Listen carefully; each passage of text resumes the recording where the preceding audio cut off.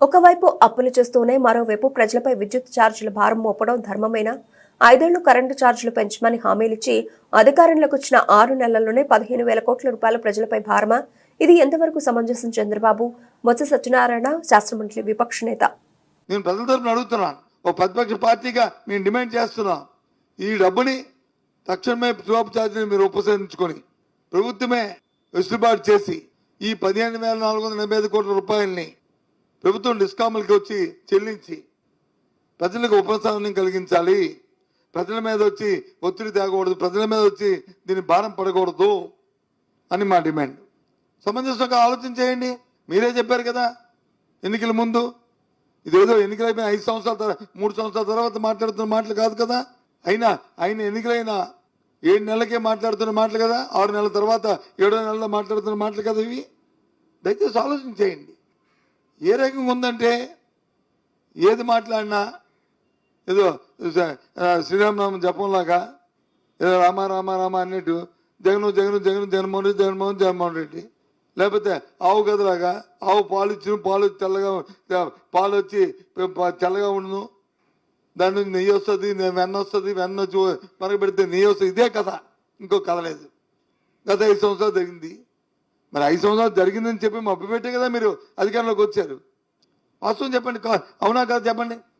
మళ్ళీ ఏ రకంగా మళ్ళీ విద్యుత్ ఛార్జీలు పెంచుతారు మీరు? ఏ రకంగా పెంచుతారు? ఇది ధర్మమేనా చెప్పండి? ఇది న్యాయం కాదు కదా ఇది. ఇంతే కాకుండా మీరు ఈ ఈ ఈ సమయంలో సుమారు ఈ 6 నెలలకి 67,237 కోట్ల రూపాయలు మీరు అప్పు తీసుకొచ్చారు. 67,237 కోట్లు అప్పు తీసుకొచ్చారు. మళ్ళీ రేపు మంగళవారం ఇంకో 4,000 కోట్లు మళ్ళీ అప్పు తేపోతున్నారు. అంటే సుమారు 70,000 కోట్లకి ఈ అప్పు వచ్చి వెళ్తుంది. ఈ 70,000 కోట్లలో 15,000 కోట్లు వచ్చి మరి దీనికి ఇవ్వపోయారా? ట్రాన్స్కోకి ఇవ్వపోయారా? ఎందుకు ఇవ్వలేదు? సబ్సిడీ కింద ఇవ్వచ్చు కదా, ఎందుకు ఇవ్వట్లేదు? మన ప్రభుత్వాలు ఉన్నప్పుడు మేము ఇచ్చాం కదా, అందువల్ల ప్రభుత్వాలు ఉన్నప్పుడు మేము ఇచ్చాం కదా, మన కార్యక్రమం చేయొచ్చు కదా. ఎందుకు చేయట్లేదు మీరు?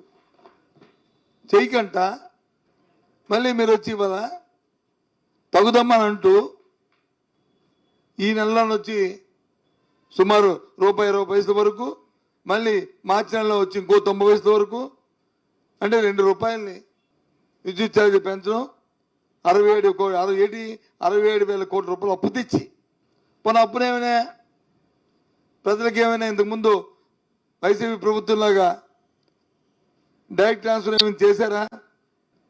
పథకాలకి ఏమైనా ఇచ్చారా? ఒక్క పెన్షన్ తప్ప ఇంకేమైనా ఇచ్చారా చెప్పండి? పెన్షన్ తప్ప ఏమైనా ఇచ్చారా చెప్పండి? పర్వాలే చెప్తే మేము ఇచ్చాం కదా, ఈ 70,000 కోట్లు చేశాం కదా అనొచ్చు. లేదు కదా. ఒక దీపం పథకానికి వచ్చి అది ఒక సిలిండర్కి ఎవరు బుక్ చేసుకుంటే వాళ్ళకని చెప్పి దానికి ఒక 800 కోట్లు బడ్జెట్లు కేటాయించారు. అందులో ఇప్పుడు 200, 300, 400 కోట్లు ఖర్చు అయితే అవ్వచ్చు. అవునా కదా? ఇదేమి నేను చెప్తున్నా ఏమైనా అబద్ధాలా చెప్పండి? ఇదే మా హయాంలో, వైసీపీ హయాంలో అయితే ఇప్పటికే సుమారు ఈ 6 నెలల్లో 18,000 కోట్ల రూపాయలు వచ్చి ప్రభుత్వం విడుదల చేసి ఉండేది. గత సంవత్సరంలో చేశాం, 22-23లో చేశాం, తర్వాత ఎన్నికలు వచ్చి ఆగిపోయాయి. 18,000 కోట్ల రూపాయలు, ఒక రూపాయి ₹2 కాదు.